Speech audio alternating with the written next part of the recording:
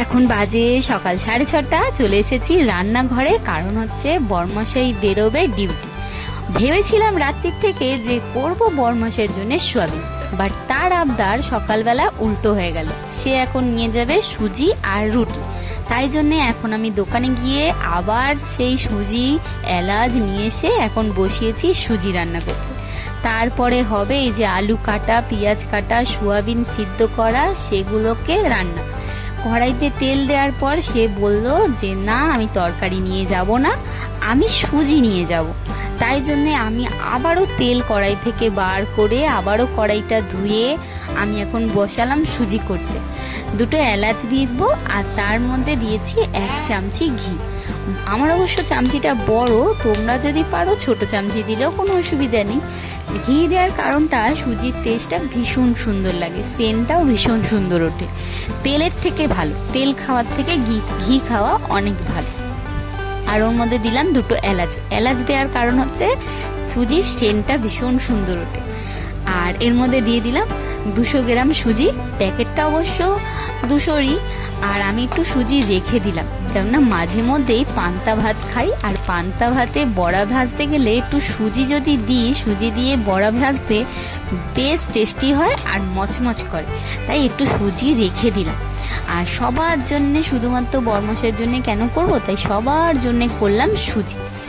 এখন সুজিটা ভালো করে ব্রাউন কালার করে নেব, করে তার মধ্যে দেব জল। আজকে ইচ্ছা ছিল যে সুজিটা করছি যখন ভালো করেই করি, কিন্তু দোকান থেকে সুজিটা আনতে গেছি, সেই দোকানে কিশমিশ কাজু নেই, তাই কিশমিশ কাজু ছাড়াই আজকে সুজিটা করলাম। যে একটু ব্রাউন কালার হয়ে গেল, ওর মধ্যে দিয়ে দিলাম চিনি। আর এই সুজি কখনো ভাজা করে খেয়েছো? দারুণ লাগে। এই রেসিপিটা কিন্তু অবশ্য আমার বরেরই, বেশ ভালো লাগে, একটু ফুটফুট করে চিনিগুলো, আর একদম ভাজা ভাজা সুজি, বেশ সুন্দর সেন্ট ওঠে। তো যে একটু ভাজা ভাজা হয়ে গেল, তার মধ্যে দিয়ে দিলাম 1 গ্লাস মতন জল। জলটা যে একটু টেনে নিয়েছে, তারপরে আমার ঘরে প্রায় 1 কাপ মতন দুধ ছিল, পুরো দুধটাই ঢেলে দিয়েছি। কারণ দুধ দেওয়ার কারণ হচ্ছে জলটা দিয়েছি আর সুজিটা একটু কড়া ভাজা করেছি, তো বেশি একটু লাল হয়ে গেছে, তাই ভাবলাম দুধ দিলে কালারটা একদম মেকআপ হয়ে যাবে আর সেন্টটাও ভালো, টেস্টটাও ভালো হবে। তো এখানে আমার সুজি প্রায় কমপ্লিট। এর মধ্যে দিয়ে দেবো আমি 1/2 চামচি মতন আবারও একটু ঘি দিয়ে দেবো। আর এই ঘি দেওয়ার কারণ হচ্ছে এর মধ্যে সেন্টও ওঠে, টেস্টও ভালো হয়, আর বেশ ভালো লাগে সুজিটা খেতে। এবার যে যা স্বাদ মতন তোমরা চিনিটা দিও, আমি আমার স্বাদ মতনই দিয়েছি। 200 গ্রাম সুজিতে প্রায় 200 থেকে একটু বেশি চিনি দিয়ে দিয়েছি, কারণ একটু মিষ্টি মিষ্টি না হলে ভালো লাগে না। সুজি পায়েস এগুলো একটু মিষ্টি হলে বেশ ভালো লাগে। যে একটু গাঢ় গাঢ় হয়ে এসেছে, আমি গ্যাসটা নিভিয়ে দেবো আর এটা ঢাকা দিয়ে রাখবো।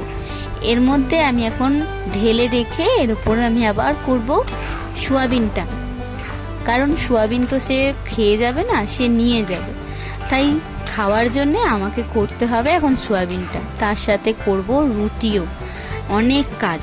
তাও তোমাদের সাথে চেষ্টা করলাম আজকে এই সকালের ব্যস্ততাটা শেয়ার করার। অনেক সময় হয় যে এতটাই কাজের চাপ থাকে যে আমি ভিডিও করব কি, সময়ই পাই না। তাই আজকে একটু ফাঁকে চেষ্টা করলাম তোমাদের সাথে একটু ভিডিওটা শেয়ার করতে এবং সকালটা তোমাদের সাথে শুরু করতে। আমার সুজি হয়ে গেছে, আর এখানে বসিয়ে দিয়েছি সোয়াবিনটাও প্রায় কমপ্লিট, আর একটু ফুটলেই হয়ে যাবে। অনেকক্ষণ ধরে প্রায় 1-1.5 ঘন্টা ধরে রান্না করতে বসেছি, কারণ আটা মাখা, সবজি কাটা, প্রত্যেকটা জিনিসই করতে হয়। তাই আমার কমপ্লিট হয়ে গেছে। মেয়ের বাবা বেরিয়ে গেছে, সে ট্রেন ধরেছে আজকে, তাই তাড়াতাড়ি বেরিয়েছে। এবার মেয়েকে ছাড়বো, তার মধ্যে চান করে পুজো করে আবার মেয়ের স্কুলে যাব, কারণ মেয়ের এক্সাম শুরু হবে, তার অ্যাডমিট মান্থলি ফিস এবং তার সাথে পরীক্ষার ফিসটাও দিয়ে আসতে হবে।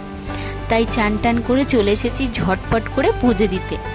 আর আজকে রাত্রি 9টায় লাগছে অমাবস্যা, 9:10-এ।